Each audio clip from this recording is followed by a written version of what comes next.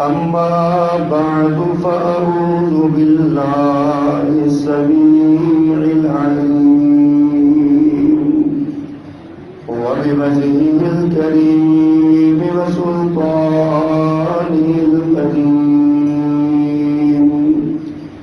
من الشيطان الرجيم من همزه ونفخه ونفسه بسم الله الرحمن الرحيم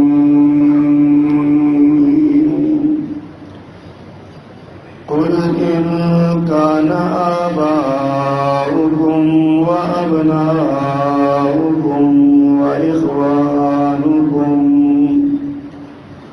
وإخوانكم وأزواجكم وعشيرتكم وأموال اقترفتموها وتجارة تخشون كسادها ومساكن ترضونها أحب إليكم من الله ورسوله وجهاد في سبيله فتربصوا حتى يأتي الله بأمره والله لا يهدي القوم الفاسقين.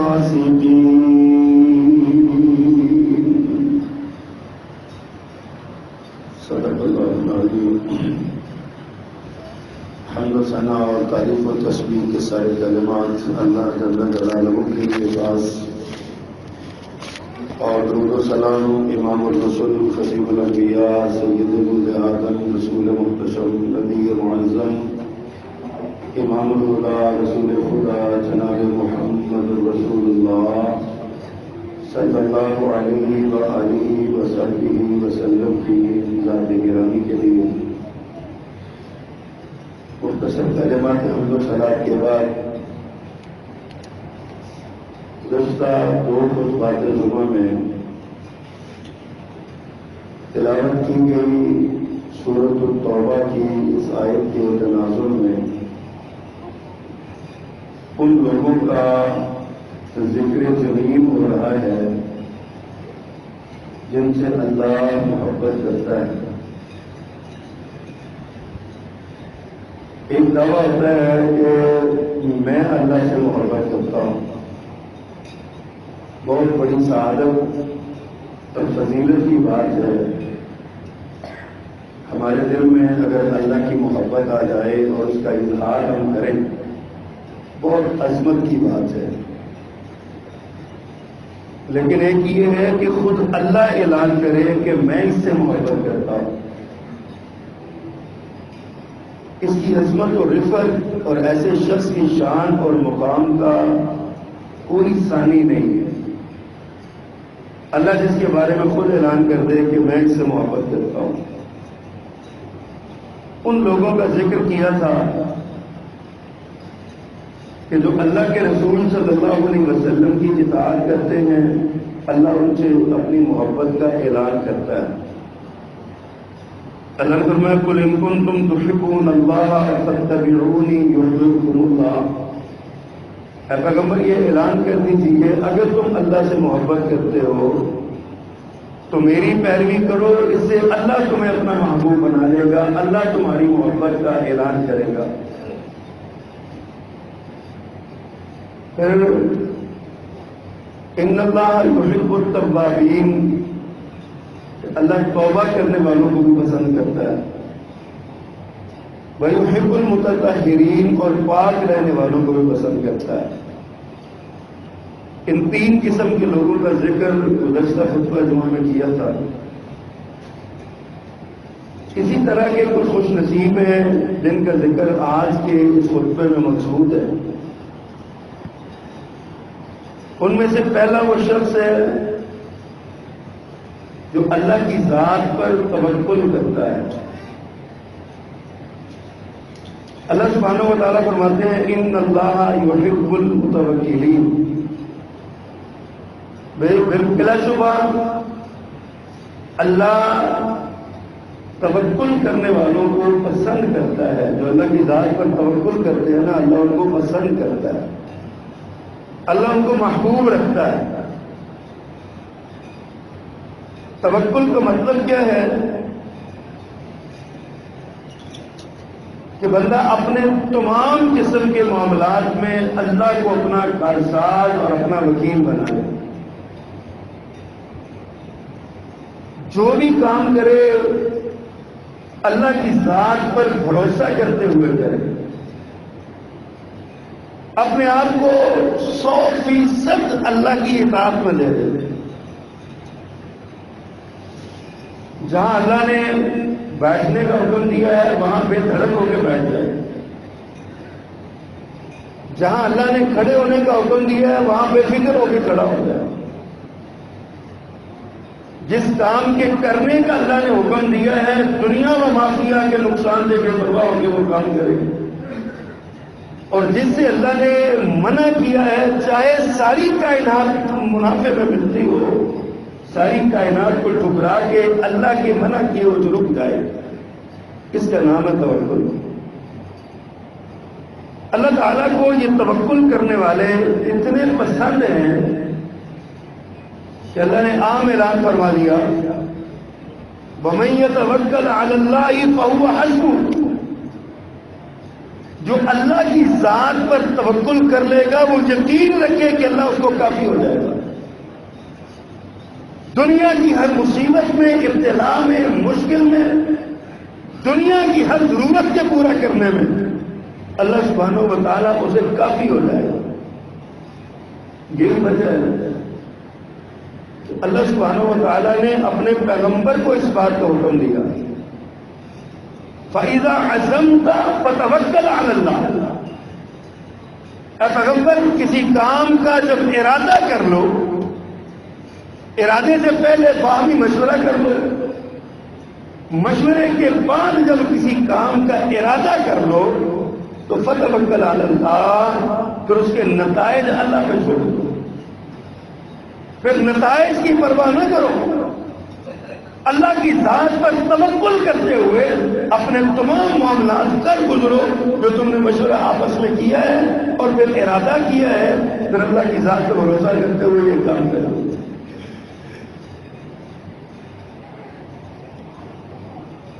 دنیا کی زندگی میں، قوموں کی زندگی میں مسلمانوں کو ظاہر ہر طرح کے لوگوں سے واسطہ رہتا ہے. کچھ دشمن ایسے ہوتے ہیں جو لڑائی کرنے والے ہوتے ہیں، کچھ ایسے بھی دشمن ہوتے ہیں جو آپ کا عقیدہ نہیں مانتے لیکن آپ کو کہتے بھی کچھ نہیں، جن کا نقطہ نظر یہ ہوتا ہے جو جہاں لگا رہنا تو ہمیں کیا. ہمارے بھی یہاں اسلامی معاشرے میں بھی کچھ ایسے لوگ ہیں جن کا عقیدہ یہ ہے کوئی شرک کرتا ہے تو کرے، کوئی بدعت کرتا ہے تو کرے، کوئی گناہ کرتا ہے تو کرے، چوری کرتا ہے تو کرے، ہمیں کیا اس سے لینا دینا، جو اس کا ہے سلسلہ وہ کرے، اللہ اللہ کا سلسلہ.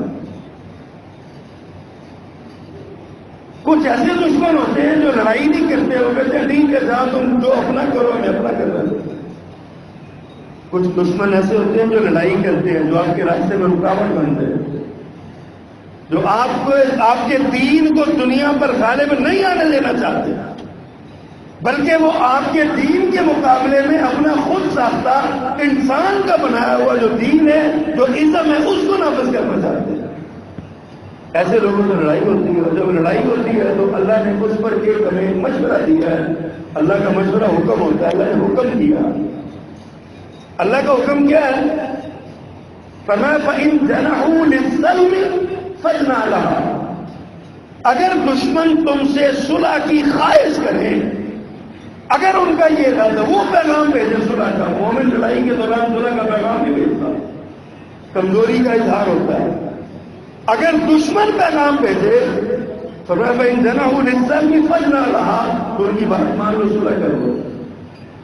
لیکن ساتھ ہی کیا ارشاد فرمایا؟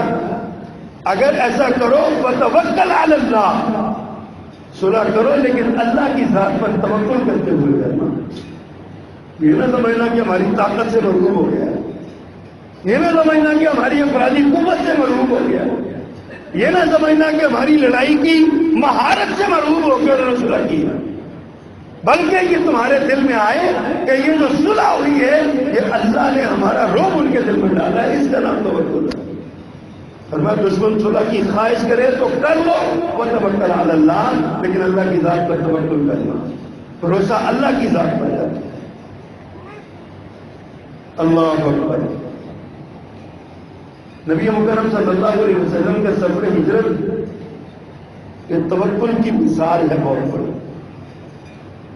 کس قسم کرسی کے عالم میں آپ نکلتے ہیں، آپ کو اپنے نظریے کی سچائی کا کتنا یقین ہے۔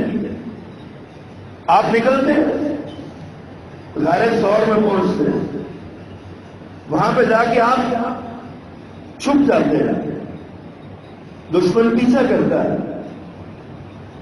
یہاں تک کیفیت ہوتی ہے کہ دشمنوں کے پاؤں کی آہٹ غار کے اندر سنائی دیتی ہے۔ جناب صدیق اکبر پریشان ہو جاتے ہیں، غمگین ہو جاتے ہیں۔ حضرت صدیق اکبر رضی اللہ تعالیٰ سمجھتے ہیں کہ اللہ سبحانہ و تعالیٰ نے مجھے کائنات کی سب سے بڑی امانت دی ہے، اور اگر ان کو کوئی نقصان پہنچا تو یہ اس کا ذمہ دار میں قرار پاؤں گا، میں حفاظت کروں گا ان سے۔ لیکن پیارے پیغمبر صلی اللہ علیہ وسلم کیا فرماتے ہیں؟ لا تحزن ان اللہ معنا۔ ابو بکر تم کیوں بدلا ہو رہے ہو؟ ہم کو اپنی مرضی سے آئے ہیں، ہم اللہ کے حکم کے ساتھ نکلے ہیں، اللہ کی مرضی سے نکلے ہیں، اللہ کے پیغام پہ نکلے ہیں۔ اللہ جانے اور دشمن جانے ہمیں اس سے کیا ہے۔ لا تحزن ان اللہ معنا۔ ابو بکر آپ کو غمزدہ ہونے کی ضرورت نہیں ہے، اللہ ہمارے ساتھ ہے، اس کو توکل کہتے ہیں۔ دشمن سر پہ کھڑا ہے، پکڑے جانے کا ڈر ہے، لیکن وہ مالک کیسے کافی ہوتا ہے؟ کس طرح ایک مکڑی سے کہا کہ تم اس کے اوپر جالا کر لو، کس طرح ایک چڑیا یا کسی پرندے سے کہا کہ اپنا گھونسلہ بنا کے اس میں انڈے دے دو۔ یہ انسان کے لیے ہے نا، اللہ کو اس سے بھی زیادہ اور بغیر کسی وسائل اور اسباب کے بھی اللہ حفاظت پہ قادر ہے، لیکن انسانوں کو سمجھانے کے لیے اللہ تعالیٰ نے کیسا نظام بنایا۔ ایک دشمن نے کہا کہ یار اس غار کے اندر دیکھ لو کہ یہاں نہ چھپے ہوئے ہو، تو دوسرا کہتا ہے پاگل ہو تم، اگر بھلا اس کے اندر گئے ہوتے تو یہ گھونسلہ نہ ٹوٹ جاتا، یہ انڈے نہ ٹوٹ جاتے، یہ مکڑی کا جالا نہ ٹوٹ جاتا، کچھ نہیں، آگے چلو۔ آگے نکل گئے۔ پیچھے عقیدہ کیا تھا؟ وَمَن يَتَوَكَّلْ عَلَى اللَّهِ فَهُوَ حَسْبُهُ۔ جو اللہ پہ توکل کرتا ہے اللہ اس کو کافی ہو جاتا ہے، اس کی ہر مشکل میں اللہ اس کے لیے کافی ہو جاتا ہے۔ جناب صدیق اکبر رضی اللہ تعالیٰ نے فرمایا ان اللہ لا تحزن ان اللہ معنا۔ پریشان نہیں ہونا، غمگین نہیں ہونا، اللہ ہمارے ساتھ ہے، اللہ کی معیت ہمارے ساتھ، ہمیں بھی نہیں، اللہ خود ہی ہماری حفاظتیں کر لے۔ اللہ نے میری حفاظتیں فرمائی، ہر قدم پہ مدینہ پہنچا کے چھوڑا اللہ نے۔ اللہ نے حفاظت کا ذمہ لیا، اللہ نے حفاظت کر لی اپنے نبی کی، لیکن پیچھے عقیدہ اللہ کے نبی کا عقیدہ کیا تھا کہ اللہ کی ذات پر توکل کر کے نکلنا۔ ہمیں حکم دیا گیا جب تم گھر سے نکلو تو دعا پڑھو بسم اللہ توکلت علی اللہ، اللہ کی ذات پر توکل کرتا ہوا میں اپنے گھر سے نکل رہا ہوں۔ کبھی ان دعاؤں پہ غور تو کیا ہے؟ کتنی خوبصورت دعا سکھائی، حسبی اللہ لا الہ الا ہوا علیہ توکلت وہو رب العرش العظیم۔ میرے لیے میرا اللہ کافی ہے، میں اسی پر بھروسہ کرتا ہوں، وہ عرش عظیم کا رب ہے، مالک ہے عرش عظیم۔ کتنی خوبصورت دعا سے نبی صلی اللہ علیہ وسلم کا توکل۔ آپ غزوہ نجد سے واپس آ گئے تو بڑا معروف واقعہ آپ نے درسی کتابوں میں پڑھا۔ آپ ایک درخت کے نیچے آرام کے لیے لیٹے، ایک بدو آیا، اس نے آپ ہی کی تلوار جو درخت کے ساتھ آپ نے لٹکائی تھی وہ پکڑ لی، اور ہاتھ میں تلوار پکڑ کے نا کہتا ہے پیغمبر بتاؤ تو بڑے دعوے کرتے ہو، میرے ہاتھ میں تلوار ہے، تمہاری گردن میری تلوار کی زد میں ہے، اپنے ہاتھ کی کلائی کو حرکت دوں، تیری گردن اڑا دوں، بچا تجھے مجھ سے کون بچائے گا؟ بتا تجھے مجھ سے کون بچائے گا؟ میرے پیغمبر صلی اللہ علیہ وسلم نے ایک لمحہ بھی تردد نہیں کیا، آپ گھبرائے نہیں، آپ نے فرمایا مجھے میرا اللہ بچائے گا۔ جب اللہ کی زبان، اللہ کا لفظ زبان سے نکلا تو اس بدو پہ ایسی ہیبت طاری ہوئی، خوف طاری ہوا کہ اس کے ہاتھ سے تلوار چھوٹ کے زمین میں گر گئی، کانپنے لگا۔ میرے پیغمبر نے تلوار اٹھائی اور فرمایا اب تو بتا، مجھے تو میرے رب نے بچا لی، تو بتا میرے ہاتھ سے تجھے کون بچائے گا؟ وہ کانپنے لگا، خوف زدہ ہو گیا، ڈر گیا۔ میرے آقا مسکرائے فرمایا تم بھی یہ کہو جس نے تجھے بچایا وہ بھی مجھے بچائے گا۔ اس کا نام توکل ہے، اس کا نام توکل، اس کو تو اللہ کی ذات پر اتنا بھروسہ ہے۔ تو اللہ پر توکل کرنے والے اللہ کے محبوب ہوتے ہیں۔ ہم دنیا کا کوئی بھی کام کرتے ہیں تو ہمارا ہوتا ہے کہ ہم نے اپنی عقل کے ساتھ کیا ہے، ہمارا بھروسہ اپنی عقل پہ ہوتا ہے، ہمارا بھروسہ اپنے وسائل پہ ہوتا ہے، ہمارا بھروسہ اپنی دولت پہ ہوتا ہے، ہمارا بھروسہ اپنی گاڑی پہ ہوتا ہے۔ یہ گاڑیاں نہیں چلتی اگر اللہ نہ چلائے، وسائل کام نہیں آتے اگر اللہ اختیار نہ دے، اور عقلیں اور فہمیں کام نہیں کرتی جب اللہ نہ چاہے۔ تو جب اللہ کے ساتھ ہی سارا کچھ منسلک ہے تو ہر کام میں اللہ پر توکل کرنا چاہیے۔ اس کا بینیفٹ اور اس کا فائدہ کیا ملے گا؟ ہم اپنے آپ کو اللہ کے سپرد کرتے ہیں، اللہ ہمیں پیار کرنے لگتا ہے۔ ان اللہ یحب المتوکلین، ان اللہ یحب المتوکلین، اللہ توکل کرنے والوں کو پسند کرتا ہے۔ تو کیوں نہیں ہم توکل کرتے اللہ کی بات؟ حضرات یہ عقیدے کی بات ہے، اپنے ہر کام کو اللہ کے سپرد کر دو۔ گھر سے نکلو تو اپنے آپ کو اللہ کے سپرد کر دو، اپنے بچوں کو اللہ کے سپرد کر دو، اپنی بیوی اور گھر بار کو اللہ کے سپرد کر دو، دکان پہ جاؤ تو اپنے آپ کو اللہ کے سپرد کر کے بیٹھو، دکان سے نکلو تو اپنے آپ کو اللہ کے سپرد کر کے نکلو، اپنی دکان کو اللہ کے سپرد کر کے نکلو۔ مسلمان ایک جنگ میں جا رہے تھے، راستے میں ایک دریا آیا، کمانڈر نے کہا دریا میں کود جاؤ، کسی کا کوئی نقصان ہوگا تو میں ذمہ دار ہوں، کسی کا کوئی نقصان ہوگا تو میں ذمہ دار ہوں، کود جاؤ۔ سارے کود گئے، دریا پار کر لیا، پرلے کونے پہ کھڑے ہو گئے۔ کمانڈر نے کہا بھائی کسی کی کوئی چیز پانی کی لہروں میں گم ہو گئی ہے تو مجھ سے اب مانگ لے، سوال نہ کرے، اب سوال کر لے، بعد میں نہ کہنا۔ ایک آدمی اٹھا، ساتھی سپاہی کہتے ہیں جی میرا ایک پیالہ جو ہوتا نا وہ دریا کی لہروں میں بہ گیا۔ کمانڈر نے وہیں پہ کھڑے ہو کے اللہ سے دعا کی، اللہ میں تیری ذات پہ بھروسہ کر کے ان کو لے کے آیا، مجھے قولا چاہیے واپس۔ اگلے ہی لمحے دریا کے چھال نے وہ پیالہ اس کے قدموں میں لا کے رکھ دیا تھا۔ اللہ کی ذات پر توکل ہو تو اللہ ایسے محبت کرتا ہے۔ اللہ اکبر۔ پھر اللہ کن سے محبت کرتا ہے؟ متقین سے۔ ان اللہ یحب المتقین، اللہ پرہیزگاروں سے محبت کرتا ہے۔ ہمارے یہاں بڑی معلوم بات ہے نا کہ علاج سے پرہیز اچھا، علاج سے پرہیز اچھا۔ اگر ہم پرہیزگار بن جائیں، پرہیز کرنے والے بن جائیں، ہمارے مسائل بھی حل ہوں گے اور اللہ کی محبت بھی ملے گی۔ اس کے لیے اللہ نے ایک لفظ بولا تقویٰ کا، ڈر اس کا معنی ہے۔ میں آج پڑھ رہا تھا، میں بڑا حیران ہوا، کیسا کیسا لوگوں کا زاویہ نگاہ ہوتا ہے، سوچ اور فکر کا انداز کیسا ہوتا ہے۔ لیکن میں لکھتے ہیں کہ میں نے قرآن پڑھنا شروع کیا تو میں نے لکھا اس میں ڈر کا لفظ بڑا آتا ہے، ڈر جاؤ ڈر جاؤ ڈر جاؤ، ان سے ڈر جاؤ۔ تو میں غور کرنے لگا، پھر میں نے یہ دیکھا، ہمارے تو کیا پنجابی کی مثال ہے، جو ڈر گیا وہ مر گیا۔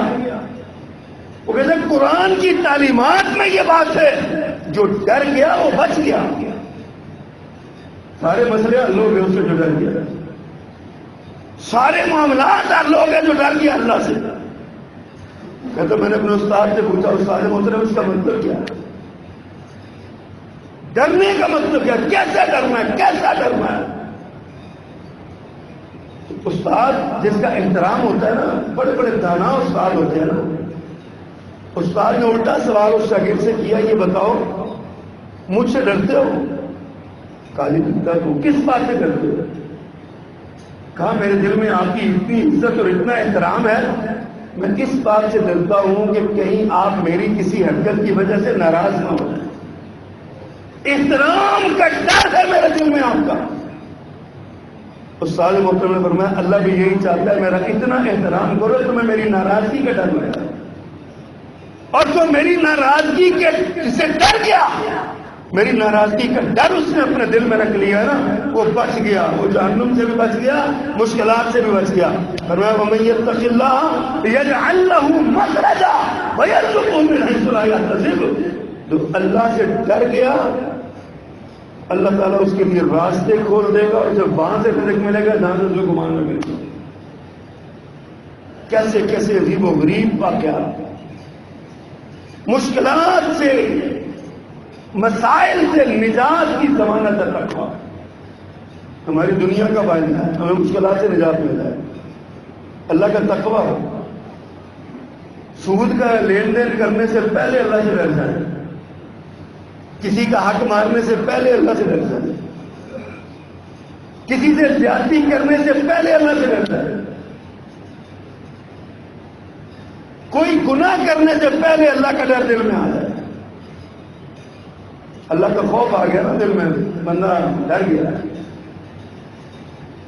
معروف واقعہ اکثر آپ نے سنا، وہ کفل ڈاکو کا، بنی اسرائیل میں بہت بڑا چور تھا نا، دنیا کا کوئی عیب اور کوئی گناہ ایسا نہیں تھا جو وہ نہیں کرتا تھا۔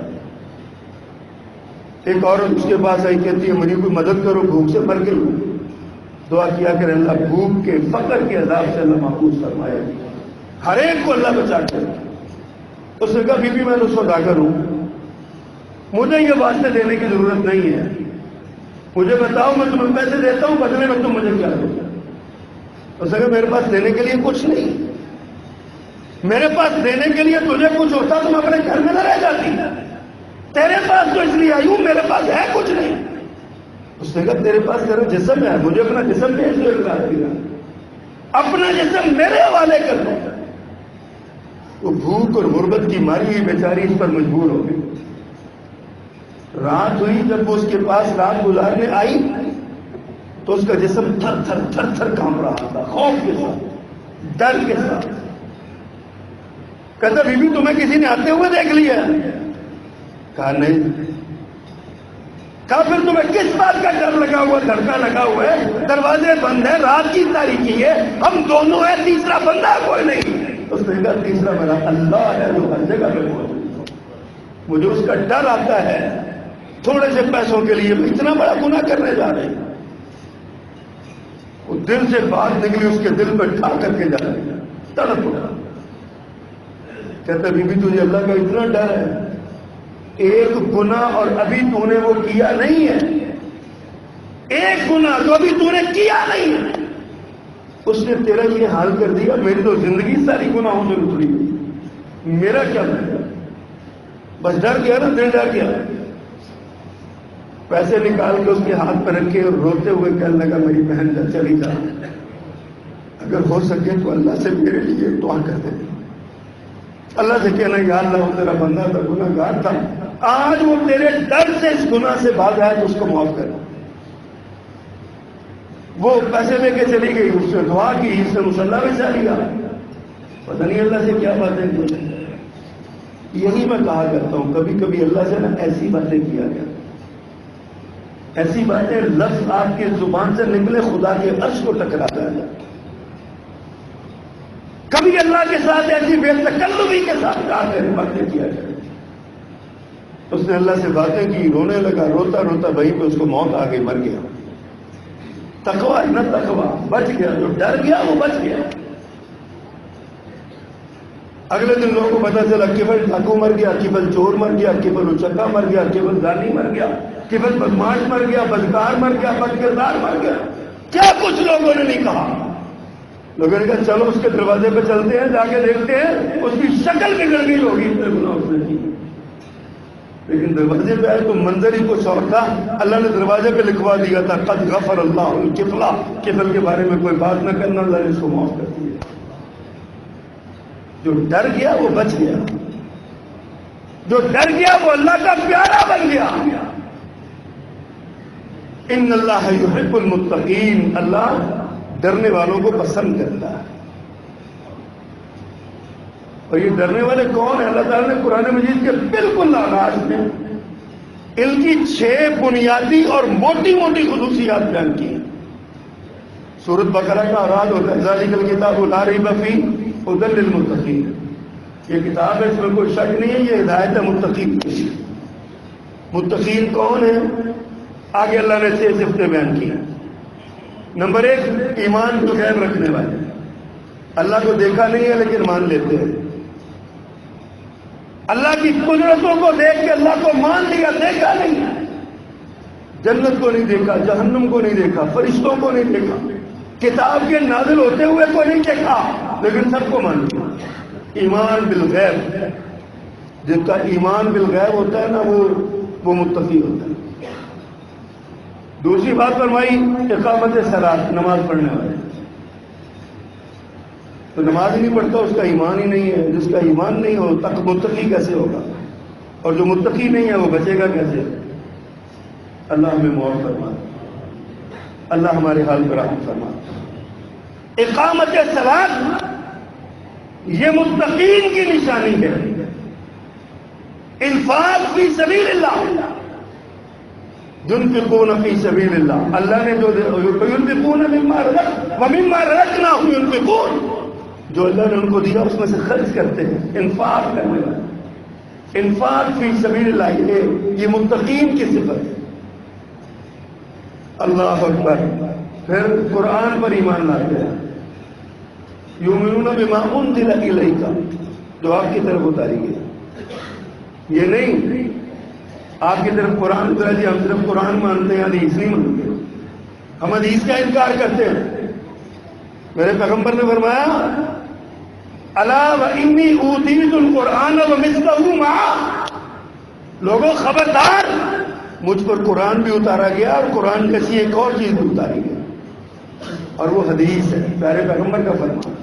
وما ينطق عن الهوى ان هو الا وحی یوحی. میرے پیغمبر اپنی مرضی سے نہیں بولتے، جو وحی آتی ہے وہ بولتے ہیں.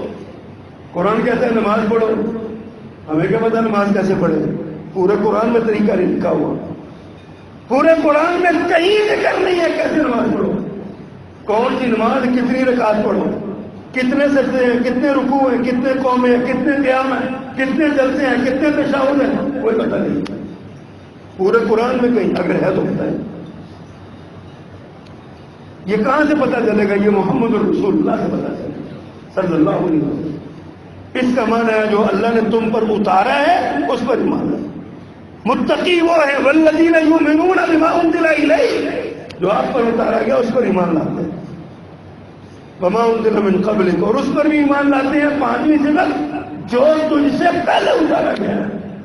تورات، زبور، انجیل جن کا ذکر قرآن میں ہے، صحف ابراہیم، صحف موسیٰ، ہم مانتے ہیں وہ سارے منزل من اللہ، اللہ کی نازل کردہ کتابیں تھیں، لیکن اللہ نے ان کی حفاظت نہیں فرمائی چونکہ وہ مکمل نہیں تھی، عارضی تھی، مخصوص لوگوں کے لیے، مخصوص جماعت کے لیے، مخصوص برادری کے لیے، مخصوص قوم کے لیے تھی. جب وہ قوم ختم ہوگی تو وہ کتاب ختم ہوگی. جب قرآن آیا تو اللہ نے فرمایا انا نحن نزلنا الذکر وانا لہ لحافظون. اتارا بھی ہم نے، حفاظت بھی ہم کریں. پھر یہ نہیں کہ صرف اس کے لفظوں کی، اس کے معانی کی بھی حفاظت کی اللہ نے. زیر و زبر، شد و مد کی بھی حفاظت کی ہے. اللہ نے حفاظت فرمائی، حفاظت کرنی تھی، اللہ نے کر لی. پہلی کتابیں ہم مانتے ہیں کہ منزل میں اللہ ہیں، اللہ نے اتاری ہیں، لیکن اب قرآن کے آنے کے بعد وہ ختم ہو گئی. اب ہمارا وہ کتابیں ہیں لیکن اصلی حالت میں وہ کتابیں نہیں.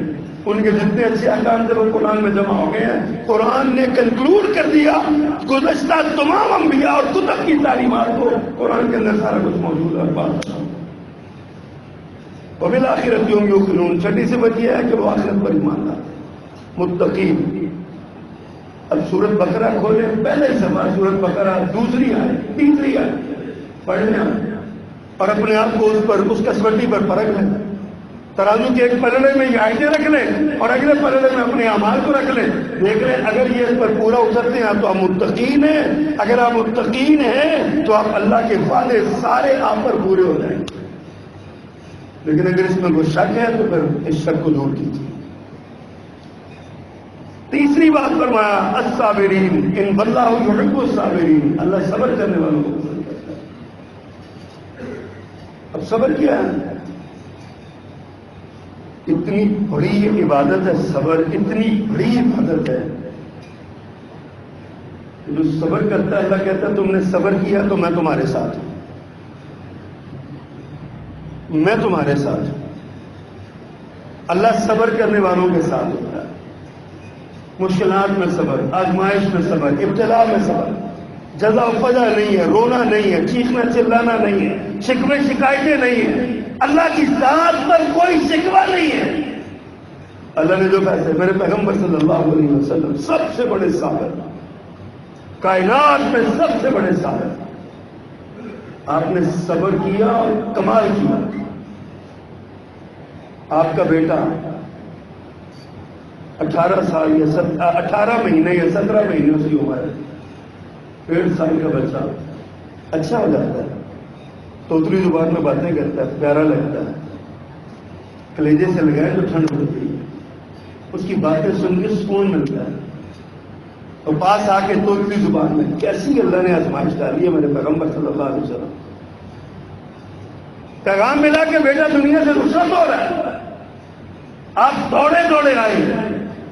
حدیث میں آتا ہے چادر زمین پہ لٹک رہی تھی، گھسٹ رہی تھی، آپ پہنچے، آئے میرے اللہ، بیٹے کو گود میں لیا، بیٹا آخری سانسیں لے رہا ہے، میرے پیغمبر دیکھ رہے ہیں اور کچھ نہیں کر سکے۔ لوگ کہتے ہیں مختار کل ہے، مشکل کشا ہے، حاجت روا ہے، لوگوں عقیدہ درست کرو۔ میرے پیغمبر کا بیٹا امیدوں کا مرکز آپ کے ہاتھوں میں جان دے رہا، آخری سانس دے رہا ہے، آپ اس کے سانسوں میں اضافہ نہیں کر سکتے، آپ اس کو موت کے شکنجے سے چھڑا نہیں سکے، آپ اس کے سانس بڑھا نہیں سکے، آپ کی آنکھوں کے سامنے دیکھتے ہی دیکھتے اس نے دم دے دیا۔ انا للہ و انا الیہ راجعون۔ میرے پیغمبر کی آنکھیں بہ پڑی، رو پڑے، آنکھوں سے چھم چکے، ساتھ جانے والے تلک اٹھے آتا، آپ بھی روتے ہیں، ہمیں کہتے ہیں صبر کریں، فرمایا صبر اس کا نام تو نہیں ہے کہ میں روؤں بھی نہ، میرے سینے میں بھی دل دھڑکتا ہے، پتھر کا ٹکڑا نہیں ہے، یہ میرا بیٹا تھا، مجھے اس سے محبت تھی، امیدیں تھی، آج یہ دنیا سے جدا ہو گیا۔ بیٹے کو دیکھ کے کہا بفراقک یا ابراہیم انا لمحزونون، میرے لفظ ذکر ابراہیم، تیری جدائی نے مار ڈالا، غم زدہ کر دیا، تیری جدائی نے غم زدہ کر دیا، لیکن ہم اللہ کی مرضی پہ راضی ہیں، اپنی زبان سے کوئی جملہ ایسا نہیں نکالیں گے جو اللہ کی رضا کے خلاف، اس کا نام صبر ہے، اس کا نام صبر ہے۔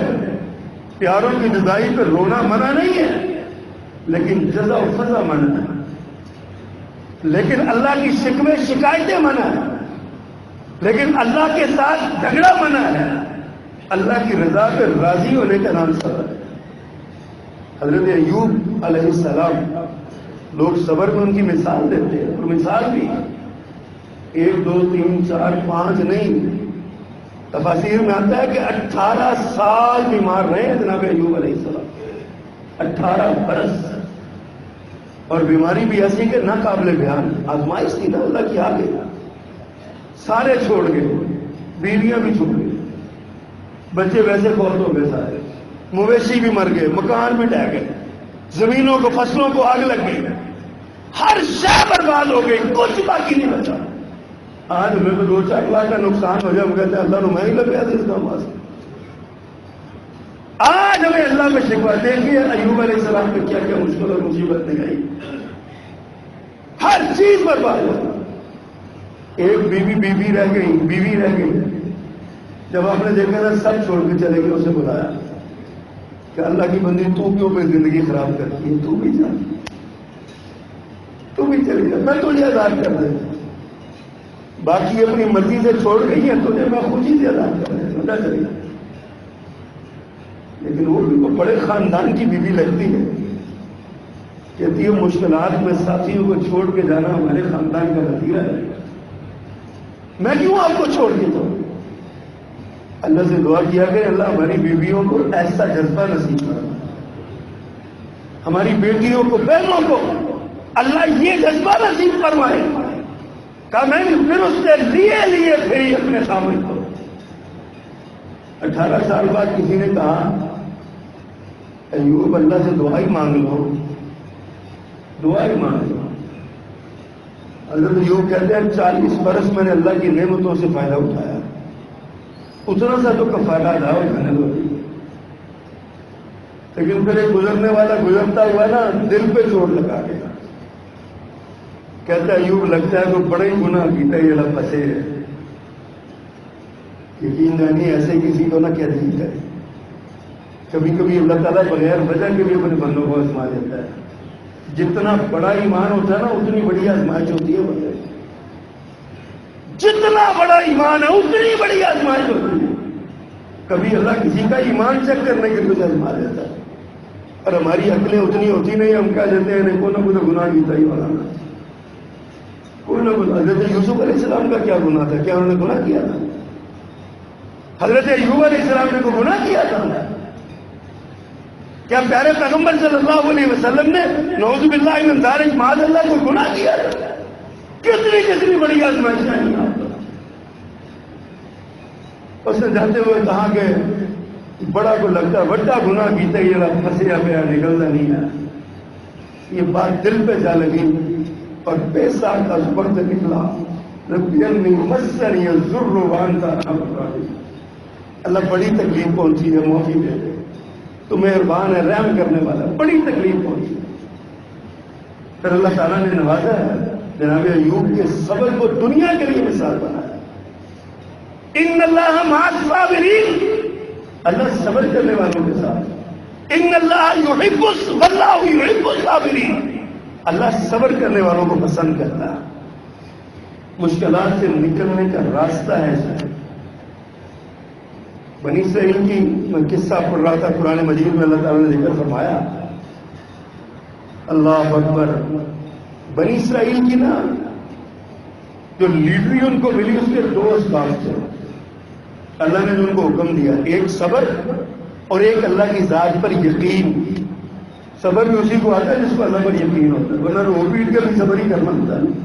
جس کو اللہ پر یقین ہوتا ہے پہلے لمحے ہی صبر کر جاتا ہے، کہتا ہے جو اللہ کا رب کا جو فیصلہ ہو.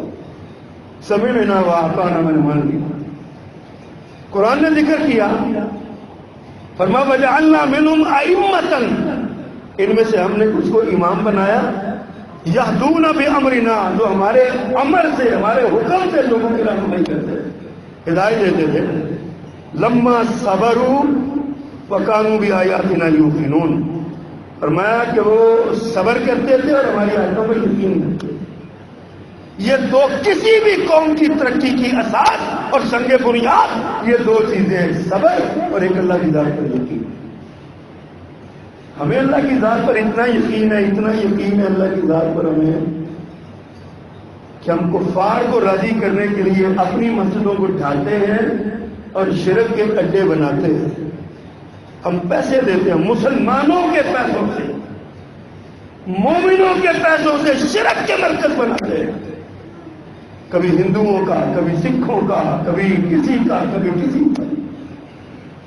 اگر یہ حکومت برقرار رہی تو تھوڑے دنوں کے بعد مجھے خدشہ ہے، اللہ نہ کرے میرا یہ خدشہ پورا ہو، لیکن میرا خدشہ ہے کہ سرکاری خزانے سے اسلام آباد میں قادیانیوں کو بھی ایک نہ ایک ان کا ٹیمپل بنا کے دیا جائے گا. قادیانیوں کا بھی مرکز بنا کے دیا جائے گا، قومی خزانے سے، سرکاری خزانے سے. یہ آپ کی موڑ احمد آباد میں ایک مسجد ہے 150 سال پرانی، بے آباد ہے، وہاں پہ بھینسیں چرتی ہیں، اس کے آثار کچھ موجود ہیں۔ اس کے ساتھ ہی ایک دربار روڑی صاحب ہے۔ اب دربار روڑی صاحب کو آباد کرنے کے لیے لاکھوں روپے کا بجٹ دیا گیا۔ جب وہ مسجد کا پتہ چلا تو ہم نے رابطہ کیا ڈپٹی کمشنر گجرانوالہ سے۔ تو برطانیہ میں کچھ دوست تھے، کچھ کویت کے دوست تھے، انہوں نے کہا جی جتنے پیسے لگتے ہیں ہم اس کو اس کی اصل شکل میں بحال کرتے ہیں۔ مغلیہ دور کا یہ شان، یہ نشان ہے، مسجد اللہ کا گھر آباد کرتے بناتے ہیں۔ ہمیں صرف جگہ بھی آپ کی، سب کچھ آپ کا، انتظام بھی آپ کا، ہمیں بنا لینے دیں صرف۔ تو ڈی سی صاحب نے کہا کہ نہیں جناب، یہ محکمہ آثار قدیمہ کا کام ہے، ان سے پوچھیں۔ محکمہ آثار قدیمہ سے رابطہ کیا، انہوں نے کہا جناب اس پر یا تو صرف محکمہ پیسہ لگا سکتا ہے یا پھر امریکہ یا یورپ سے کوئی NGO آئے حکومت پاکستان کے تعاون سے، وہ اس پر پیسہ لگا سکتی ہے، عام بندہ کوئی اس پر پیسہ نہیں لگا سکتا۔ اور دربار صاحب روڑی صاحب دربار کو بنانے کے لیے بڑے پیسے۔ اللہ کی ذات پر ہمارا یقین اتنا ہے، صرف ہم سمجھتے ہیں ہماری FATF میں ہم آگے تو مر جائیں گے، ہمارا گلا گھونٹ دیا جائے گا۔ جو پہلے سے FATF میں پھنسے ہوں کا وہ مر گئے ہیں، وہ سارے۔ ایمان نہیں، ہمارا یقین نہیں ہے اللہ کی ذات پہ۔ صبر کریں، صبر کا معنی صرف رونے پیٹنے سے صبر نہیں ہے، صبر کا معنی نیکی پر ثابت قدمی رکھنا، صبر کا معنی مشکلات میں یعنی برائی سے بچے رہنا، اس کا نام بھی صبر ہے۔ نیکی پر ڈٹے رہنا، اس کا نام بھی صبر۔ یہ صبر کرنا چاہیے، اس صبر کا پیغام ہمیں، اس صبر کرنے والوں کے لیے اللہ کا پیغام ہے، میں ان سے محبت کرتا ہوں۔ اللہ سے دعا فرمائے اللہ ہمیں اپنے محبین میں شامل فرمائے۔ جتنی صفتیں اللہ نے قرآن میں اپنے پیاروں کی بیان کی ہیں نا، اللہ ہمیں وہ ساری صفتیں نصیب فرما دے۔ سبحان ربک رب العزت عما یصفون۔